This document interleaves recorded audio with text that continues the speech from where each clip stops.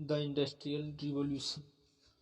The Industrial Revolution, which began in England in the mid 18th century, spread to other parts of Europe. औद्योगिक क्रांति के साथ ही जो कि इंग्लैंड में मध्य 18वीं शताब्दी के आसपास शुरू हुआ, यह पूरे यूरोप में फैल गया। It was marked by new inventions such as steam engine, power loom and cotton gin. और इस समय तक 18वीं शताब्दी के मध्य तक जो औद्योगिक क्रांति हुआ यूरोप में, इसमें कई प्रकार के आविष्कार भी हुए, जिसमें स्टीम इंजन, पावर लूम और कॉटन की मशीन थे, सूती वस्त्र उत्पादन करने वाले मशीन थे।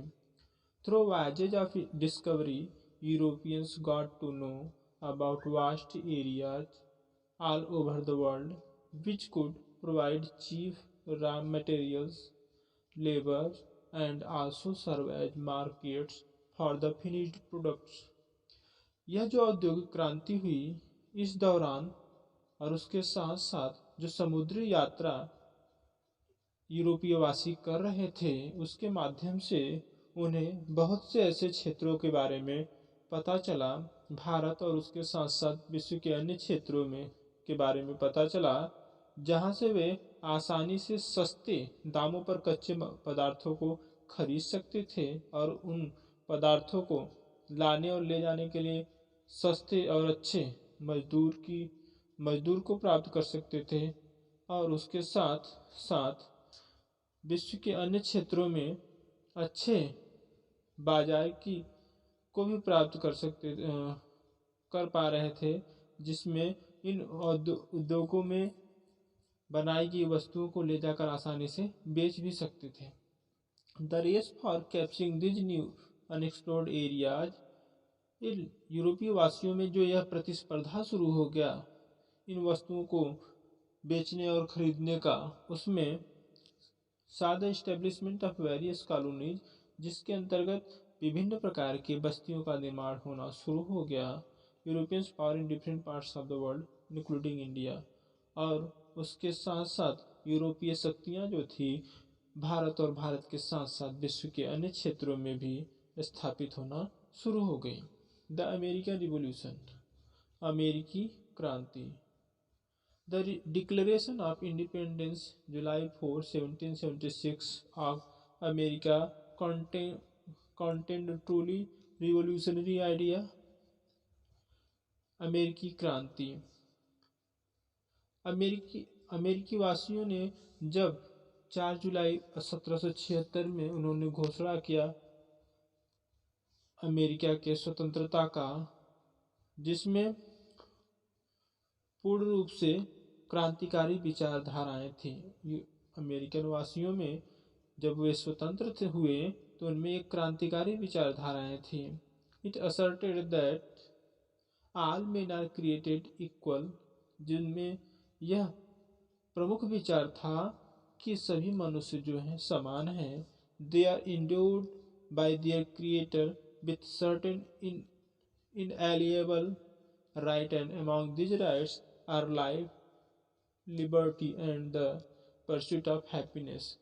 और उसमें यह जो प्रमुख विचारधाराएं थी उसमें उनमें कि सभी मनुष्य समान हैं और उनके पास उन्हें जो है they are endowed by their creator with certain inalienable right, और वे यह मानते थे कि ईश्वर जिन्होंने हमको बनाया है हमें एक समान अधिकार दिया है। और among these rights our life, और उन अधिकारों में जो है जीवन है, स्वतंत्रता है, और उसके साथ साथ खुशी को प्राप्त करने के लिए शौक है। अर्थात करने का मतलब है कि अमेरिकी वासियों में यह विचारधाराएं पहले से ही मौजूद थी कि ईश्वर ने हमें समान रूप से बनाया है और समान रूप से शक्तियाँ भी बांटी है। The study of the American encourage the Indians in their struggle to get equality and liberty from the British rulers. और इस प्रकार के क्रांति को देख करके भारतीय वासी जो थे वे प्रोत्साहित हुए और उन्होंने अमेरिकी वासियों के संघर्ष को देख करके प्रभावित हुए और उनके अंदर भी एक प्रकार से भावनाएं उत्पन्न हुई स्वतंत्र होने का। अंग्रेजी शासकों के चंगुल से बंधन से स्वतंत्र होने का भारतीयों के मन में भी इस प्रकार की विचारधाराएं उत्पन्न हुई। The French revolution. After the American war of independence A terrible revolution broke out in France. America की युद्ध के बाद फ्रांस में एक भयावह क्रांति उत्पन्न हुई। It was an uprising of French people against the autocratic rule of Louis 16। यह जो संघर्ष था, यह जो स्वतंत्रता के प्रति फ्रांस के लोगों में जो यह संघर्ष था, वह लुईस 16 के निरंकुश शासन के विरुद्ध संघर्ष था। At the end the republic of France was established, और अंत में फ्रांस के गणतंत्र की स्थापना हुई। The national assembly upheld the declaration of right of man and citizen and the noble idea of liberty, equality and fraternity. जो राष्ट्रीय सभा थी फ्रांस की, उसने घोषणा किया वहाँ के लोगों के अधिकारों और स्वतंत्रता, समानता और भाईचारा के। अंत में वहाँ की जो राष्ट्रीय सभा थी, वहाँ के लोगों और वहाँ के नागरिकों के लिए समान अधिकार, स्वतंत्रता और समानता के साथ साथ भाईचारा का घोषणा की। The people of India were inspired by French revolution and they began to aspire for freedom from foreign rule. Bharat के जो लोग थे, इस प्रकार की घटनाओं के साथ, जो देश के विश्व के अलग अलग प्रांतों में, देशों में जो इस प्रकार की क्रांतिकारी घटनाएं हुई, उससे भारतीय जो लोग थे वे प्रभावित हुए। जैसे फ्रेंच रिवॉल्यूशन से और अमेरिकन रिवॉल्यूशन से, उसी तरह फ्रेंच रिवॉल्यूशन से वे प्रभावित हुए और वे भी विदेशी शासनों से मुक्त होने के बारे में सोचने लगे। नेशनलिज्म, राष्ट्रवाद। The American and the French revolutions established democratic government in these countries. अमेरिकी और फ्रेंच क्रांतिकारियों ने इन क्षेत्रों में अपने अपने देशों में लोकतांत्रिक प्रकार के सरकारों का स्थापना किया, गणतांत्रिक प्रकार के सरकारों का स्थापना किया। Following their example, the movements for democracy began in other countries of Europe such as Spain, Portugal, Italy and Ireland.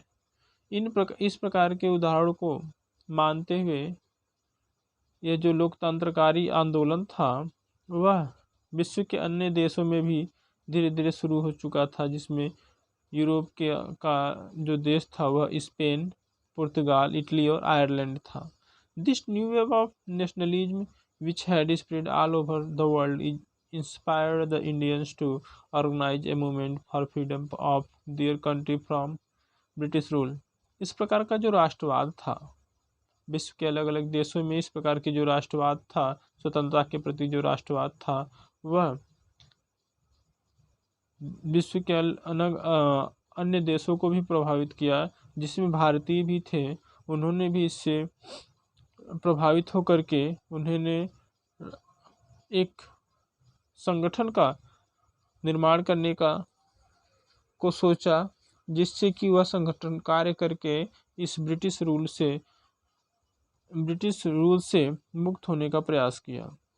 Thus we have seen, जैसे इस प्रकार से हमने देखा कि the developments outside India had a great impact on the life of the people of our country।